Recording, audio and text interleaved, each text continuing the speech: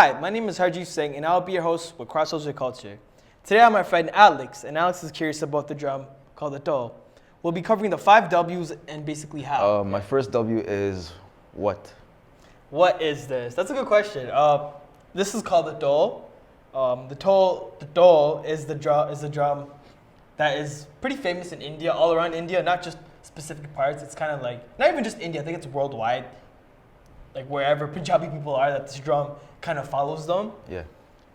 It has a lot of history behind it, which I didn't know about. This goes back to farming crops and the actual, my homeland of like how we basically lived every day, right? And when this was heard playing, people would know that the crops were successful and they can make money, and it let the whole village know that we can celebrate for the year and we don't have to worry about, being financially like unstable, right? Yeah.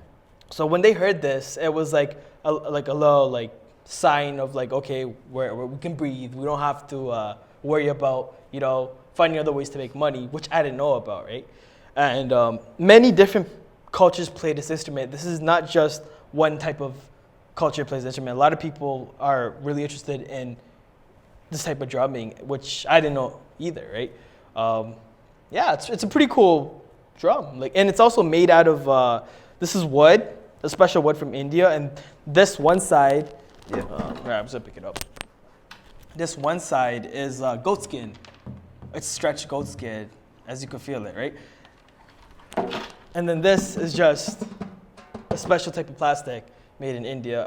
You can get different types of wood, which make different types of noises, and you can also tune it by these strings over here, which make the goat skin tighter and looser. So for different types of sounds and stuff, you can mess with that and see what you like. Yeah. Okay.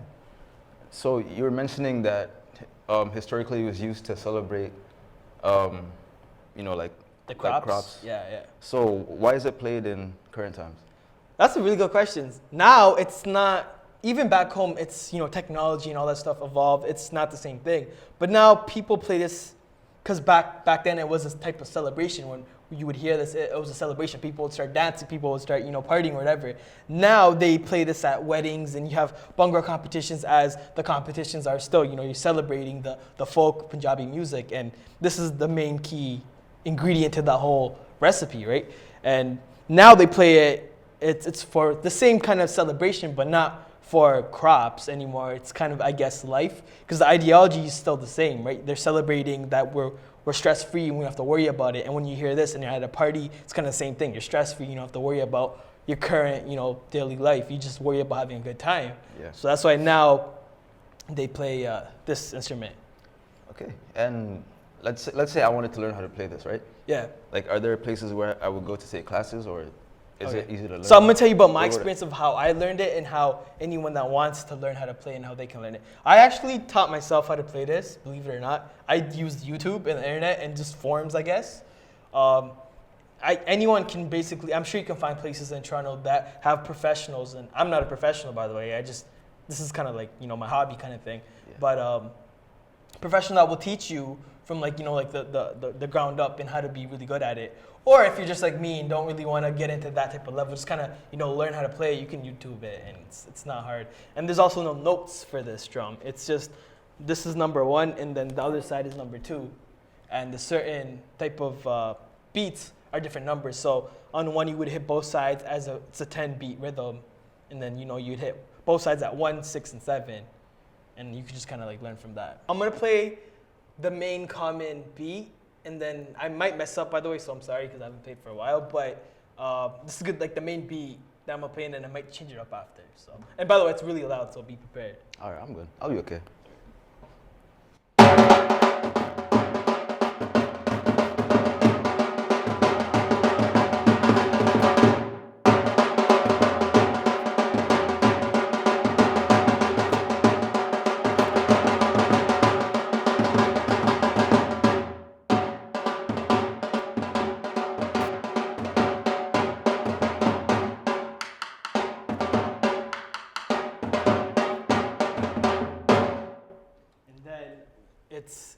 So that first beat I played, it's kind of like the main, if you know how to play that, you can kind of play other beats, and then you can kind of change it up, which I will try to show you, but I don't know if I can do it.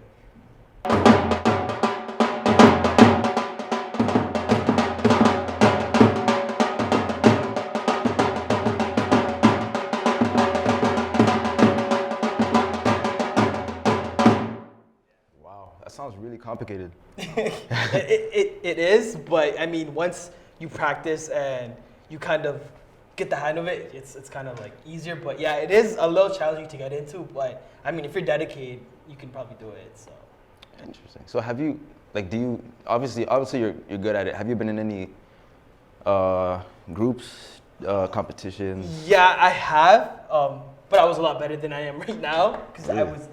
The thing about this instrument is if you play it at a competition level, which is not professional, it's just a little bit more competitive, right? You practice every day for a couple hours, right? And which I did at that time. I did practice quite a bit, but as I got older and priorities came, I didn't have that time to practice. So this came. I could definitely feel me as a drummer, which they call it Dholi, by the way. That's what Dholi? yeah. Because this is called the Dhol, and then to be the drummer, it's Dholi. So it's like a plural kind of thing. Okay. Being that, I didn't have the time to be where I was at before. So, yeah, I did play competitively, and I was a part of a Punga team, but not anymore, which sucks, and I'm sad about that. But yeah, and yeah. Okay, so like this is so far you've told me this is an instrument commonly played in India. Yep. It was used to like signify the crop growth, And celebration. Yep. and now it's used for weddings here, and Celebration. Yep. and you seem to be very good at this. So if I wanted to buy one of these, where would I go? Buy And one. how much would it be? Oh wow. Okay. So 5 years back, when I wanted to get into this, you couldn't get one in Canada. Wow. I don't think you could. Well, you probably could, but it wasn't the one you would want to get.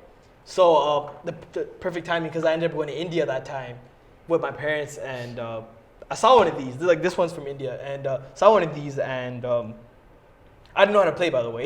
I just kind of like I saw one of these, and I'm like, I want one, and there it's rupees, not dollars, and I think if you did the conversion, it was like $80-90, which I was kind of surprised because I didn't know how much one of these would be. For $80, it was kind of worth it at that time, right? And it was interesting because then when I bought the drum, I didn't know how to play it, right? And you're asking me about if I want to get into it, and I just messed around with it, and then I felt comfortable to a certain point, and then I was like, okay, now I need to go to another level, and that's when I started going on the computer and like reading forums and like looking at other people and what they're doing, and now though you could probably get drums here too if you go to like special Indian music shops. Yeah. I don't know any specifically, but I'm pretty sure that you can probably find one of these here, but it'd probably be a lot more expensive because it's hard to get here, right? Yeah. That's actually true. Yeah. Because with like myself being of African descent, Yep. like drums were a big part of our culture Of course. too. Yeah.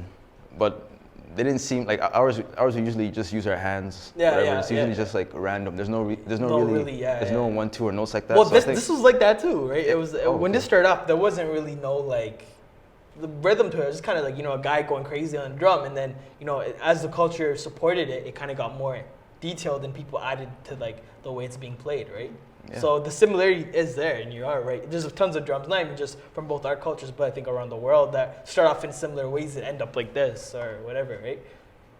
Yeah. I think that was very cool. Like I think I've learned quite a bit. This is your host, Harjeev Singh. On this week's episode, my friend Alex was curious about the Indian drum called the Dhol. So I ended up bringing the Dhol and explaining the history and the culture behind this drum and how it impacted societies all around the world.